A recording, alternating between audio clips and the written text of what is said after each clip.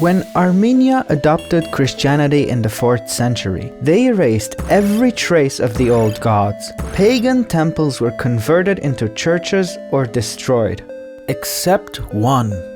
In fact, this Greco-Roman temple outlived not only Armenia's Christianization, but centuries of Persian and Arab conquests as well. Was it spared for its beauty, or was it just a stroke of luck? Or, what if its greatest secret is that it never was a temple at all? Welcome to Garni.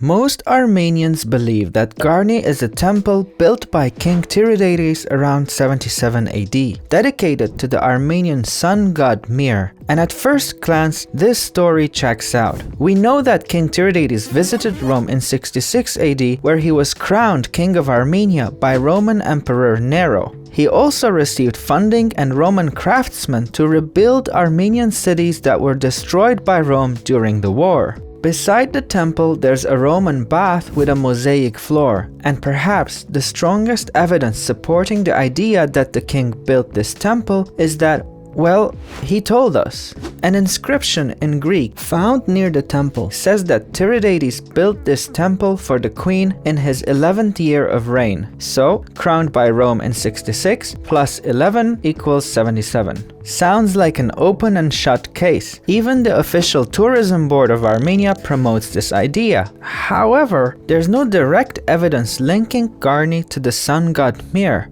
At least there wasn't until recently, when marble bull hooves were found nearby, and Mir was often portrayed fighting a bull, which led to theories that it came from a sculpture of Mir. And while that's not nothing, it's not much. But if it wasn't a pagan temple, then what's the deal? Aliens, the same ones that built the pyramids and gave the Mayans their calendar, dropped by Armenia for a visit but were forced to stay for Khorovads, so they taught the Armenians how to carve basalt and aligned it with the stars. You thought this was carved in mathematical precision by a bunch of guys with chisels? Wake up, people! Of course the government doesn't want you to know that Nero was actually reptilian and one of the 9 intergalactic architects of the cosmos.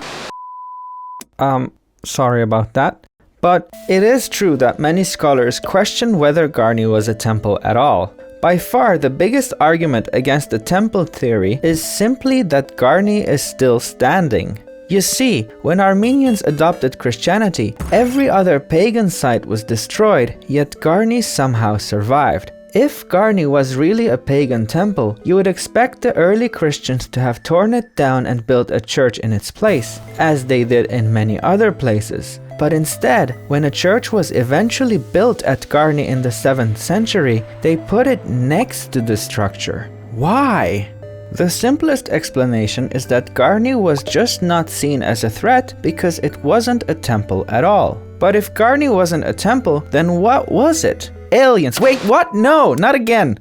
Some scholars suggest that it was actually a tomb constructed in the 2nd century, possibly for one of the Romanized kings of Armenia, like Tiridates. This is based on its similarities to other tombs found in the region and the discovery of nearby graves that date to that period. But what about the Greek inscription, I hear you ask? Did homeboy Tiridates lie to us? Not necessarily. These scholars argue that the inscription does not refer to the temple of Garni, but to the fortress of Garni.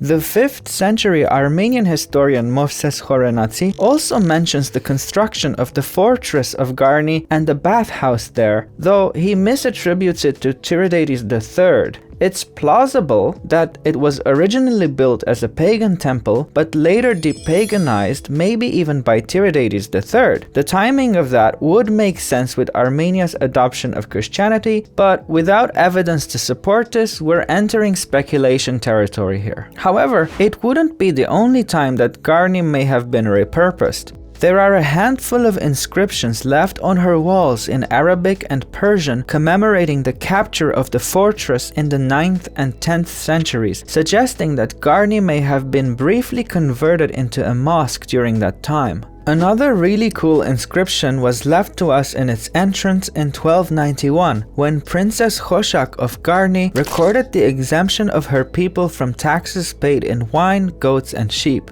This doesn't tell us much about the building's function, it just blows my mind that this happened closer to our time than the construction of Garni. What's strange is that many medieval Armenian historians refer to it as the throne of Tiridates, even though it was almost certainly not a throne. What's interesting to me is that they don't seem to call it a temple, and I guess you could say a tomb aligns closely with a royal function like a throne, as opposed to a religious site like a temple. Could this have been a lingering memory of its true function? But again, I'm speculating. Whatever it was, Garni stood there for a millennium and a half until a devastating earthquake toppled it in 1679, and there it would lay in ruins for centuries to come. In 1821, a Scottish artist traveling through Garni sketched the area. Confused piles of beautiful fragments, all mingled together in broken disorder, as he described it, can be seen in his artwork. A Swiss writer visiting in 1834 wrote that Armenians respect the building so greatly that no one among them would want to remove a stone. And then a British guy came and removed the stone. He just took it. He just picked up a piece and took it with him and gave it to the British Museum, where you can still go and look at it. You can find it right next to all the other stuff that isn't theirs. Interestingly, they still weren't referring to it as a temple at the time, but a palace of Tiridates, which is almost certainly inaccurate as well, but again suggests a royal function, not a religious one. Another piece would leave Garni in 1940 when the Soviet Armenian government gifted it to the Hermitage Museum in St. Petersburg. Later, when the temple was rebuilt, they were asked to return it but did not. The director of the museum said he thought it looked better in the museum. But did I just say they rebuilt it? I sure did.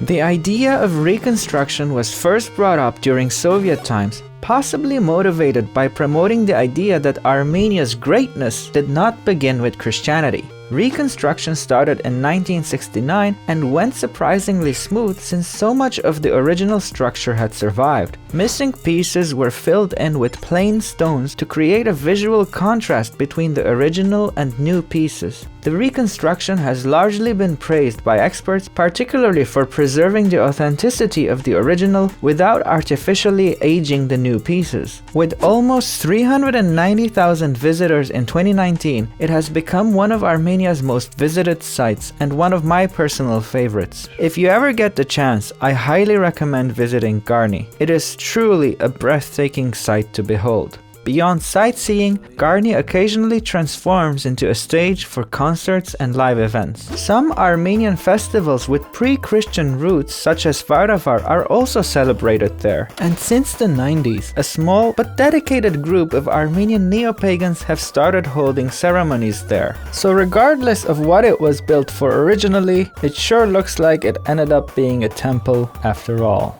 Either that or aliens.